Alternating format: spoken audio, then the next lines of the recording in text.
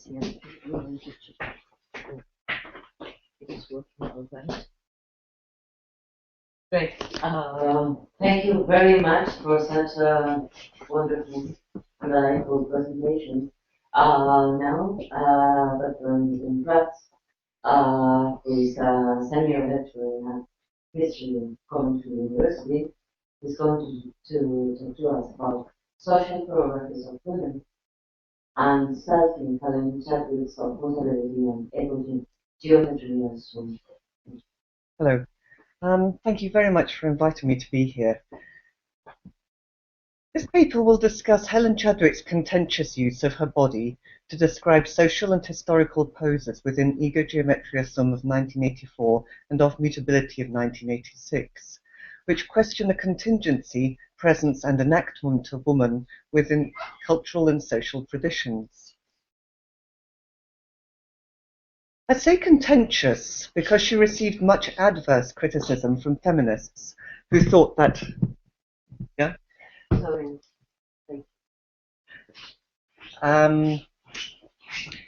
who thought that because of the weight of historical norms, the depiction of the female form inevitably lent it to an objectifying and reductive male gaze. In a letter of the 25th of February 1987, when she spewed out her anger to a friend, she told of how a group of art students came to her studio. Having shown them around, they asked her why she used her body, and all of a sudden the mood became ugly. She was linked to the Marquis de Sade. She was a traitor to her sex, and most alarmingly, her work would send men out to rape little girls. Two of her responses are important for this paper. She said that they were reading the works too literally, and that they were too bound by their moralism to understand how the expanding powers of sexuality could break the bounds of self. These ideas of the body as having symbolic agency to explore the power of sexuality within, together with another idea from a rough draft of a letter where she spoke of her co-respondent's interest in mythological and allegorical figures, which meant that he or she might be interested in my own fictions, form the basis of this paper. In Geometria Sum, Chadwick charted her childhood and early adulthood through 10 schematized geometrical sculptures in plywood with photographic imagery on the surface, each of which represented material objects linked to each stage of development from her premature birth to the age of 30. Implicit in this condensation was her belief in how one's mental self is influenced by physical surroundings, and how particular objects reflect back on one and become containers of memory. Found photographs from her family album, including a shoe, waves, and Greek ruins, combine with images of her nude self and overlaid hands that caress and hold as she sought to come to terms with her past. A related series of photographs that you can see in the background of the slide is called The Labours, taken by Mark Pilkington, show her grappling, in her own words, with the objects and by implication her memories. Of Mutability is not autobiographical, but she again used her naked body as a site of emotions, and the work also relates to aspects of herself that she was exploring. As Philip Stanley articulated in 2008, Chadwick worked in the space between the unconscious and conscious, and between the instinctive and rational, following the pull of her preoccupations and creating a frisson between different elements. I will only be discussing the central part of Mutability, which is called the Oval Court, and comprises 12 figures and related attributes floating in a raised pool, which, like the pool in the Alhambra, is fed by the tears from the heads around the walls, atop the columns and ogee arches. She wrote that the figures were allegories of love, that they were autobiographies of sensation, where she wanted to find a resolution between transience and transcendence. Related to the 12 figures, she wrote 12 months, 12 gates to Jerusalem, 12 gates of paradise. The figures and their accompanying attributes were also linked to the seasons, senses, and elements, for which she looked to art historical precedents. She described the nymphs, her own words, as bearing their sexuality like a kind of Aeolian harp, each swollen with pleasure, each at the pitch of plenitude before it starts to decay. Drawing on the Christian ideas around the Garden Eden and questioning the history and traditions based on what she called the curse of Eve. Chadwick's work of the 1970s, I hope you can see her work, it's on the bottom next to the Gentileschi, and Hannah Wilke is above. Chadwick's work of the 1970s included immersive sexual domestic environments of a boudoir and dressing room, where she questioned notions of shame and guilt, and In the Kitchen of 1977, in which nude female performers moved around and jiggled within soft cookers, fridges, and sinks.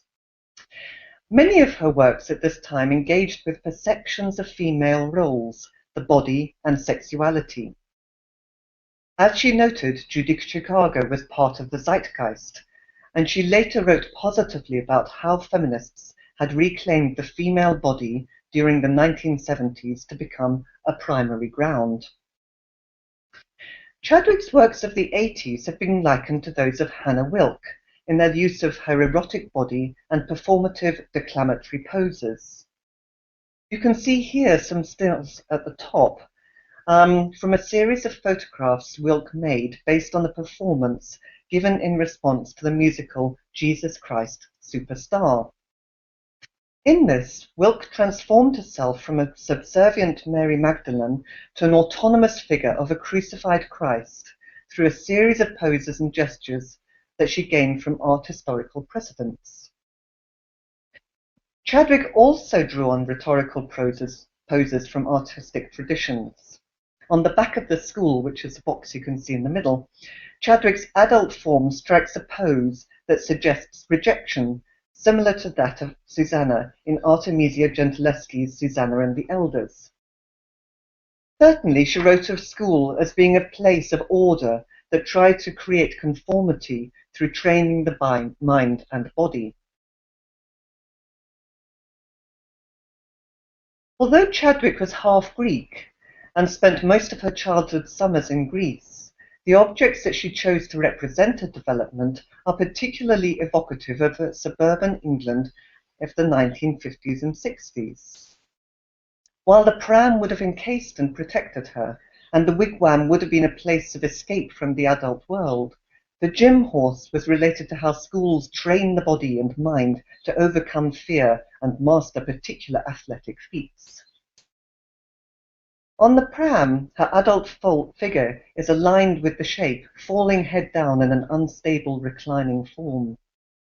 On the horse and the wigwam, her hands are visible, claiming, nurturing, and healing the past.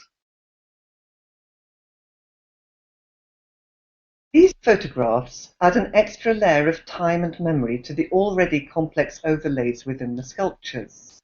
Her adult self cradles and carries the sculptures in efforts suggestive of the labours of Hercules. Although abstracted, her bodily engagement with the incubator and statue, which are the two which you can see here, simultaneously suggest poses from life that equate with weight and care. Whereas the closed fetal position adopted in the incubator suggests helplessness, her crouched figure surrounding form in labours protects. Whereas the standing figure in the last of the sculptures shows her independent against the front door of her house and studio in Beck Street, her figure in the labours struggles under the weight of herself as artist.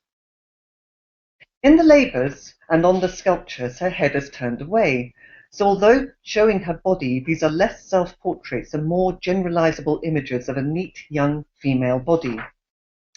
Whitney Chadwick has argued that by including her adult self as subject, object, and author, she challenged the audience's gaze and automatic determinisms of beauty and the social construction of the feminine. Roland Barthes in Camera Lucida made this particularly relevant to photography, where he noted that a photograph of oneself represents a subtle moment when one is neither subject nor object, but a subject who feels that she is becoming an object.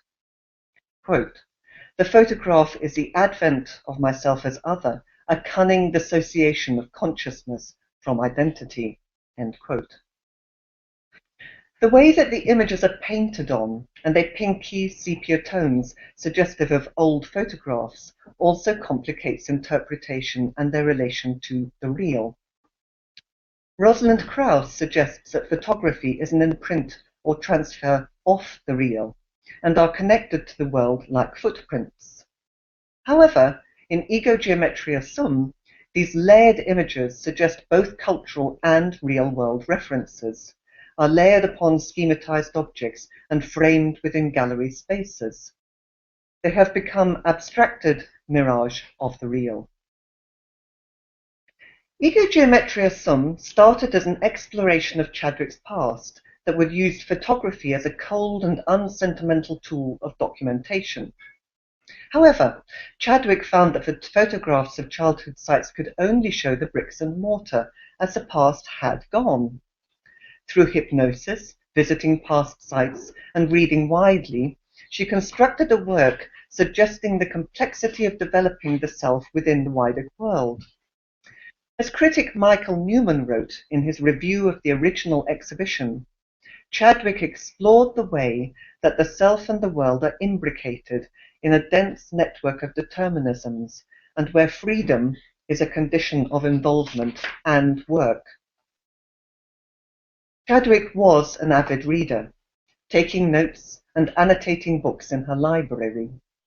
She read John Berger's Ways of Seeing, and in both Ego Geometria Sum and of Mutability, there are connections with Berger's text. For instance, in Chapter 3, Berger argues that whereas the presence of a man depends on extrinsic promises of power, that of woman expresses her own attitude to herself, and that from early childhood she has been taught to survey herself, becoming both the surveyor and the surveyed. Berger goes on to discuss Adam and Eve, and how the biblical story of the notion of shame and nakedness was created through Adam and Eve looking at each other differently, having eaten the fruit of knowledge, and that Eve was punished by being made subservient to man. Also relevant is a Chapter 2, the photographic essay, that juxtaposes historic paintings of women with advertisements and newspaper images of female celebrities, describing the relationship and proliferation of image as image. This is one of the 12 figures in the oval court of Mutability, and, like the others, is made up from a collage of blue photocopies. The pose of the figure suggests Bronzino's allegory with Venus and Cupid in the National Gallery, and, like the figures in Chadwick's fantasies, the characters in Bronzino's paintings are recognizable through their attributes, and ideas of love, play, jealousy, and fraud are suggested through visual character types and their shared gestures. Merleau-Ponty described what he called a shared postural schema in everyday life, which he thought emerged from contact with others. This again can be suggested in art, where certain gestures repeat and gain meaning through shared cultural memories. Chadwick's sketchbooks show her profound knowledge of art and how this informed her practice. She photocopied many images of paintings, including these two, particularly from the Renaissance, Baroque, and Rococo eras. Rather than being passive reclining nudes or accepting their fates gracefully, her copies of paintings by Rubens, Correggio, Fragonard, Boucher, and many others depict robust women in twisted motion, active in their pursuit of pleasure and in resistance to unwanted advances. And although frequently nude, and as such contentious at the time within feminist circles, they are knowing, sensual beings. Some of these, including the two shown here, she taped to a blank page and drew around them, playing with the rhythms and shapes. These then developed over many annotated drawings into the final tumbling, spiraling, and ecstatic forms. She was also very aware of the meanings of attributes, and her sketchbooks include photostated articles about the lyre and how it had been used in art, about the iconography of tombs, and others on Rococo paintings, like a series by Fragonard depicting allegories of love sited in gardens. However, her figures are not just traditional representations.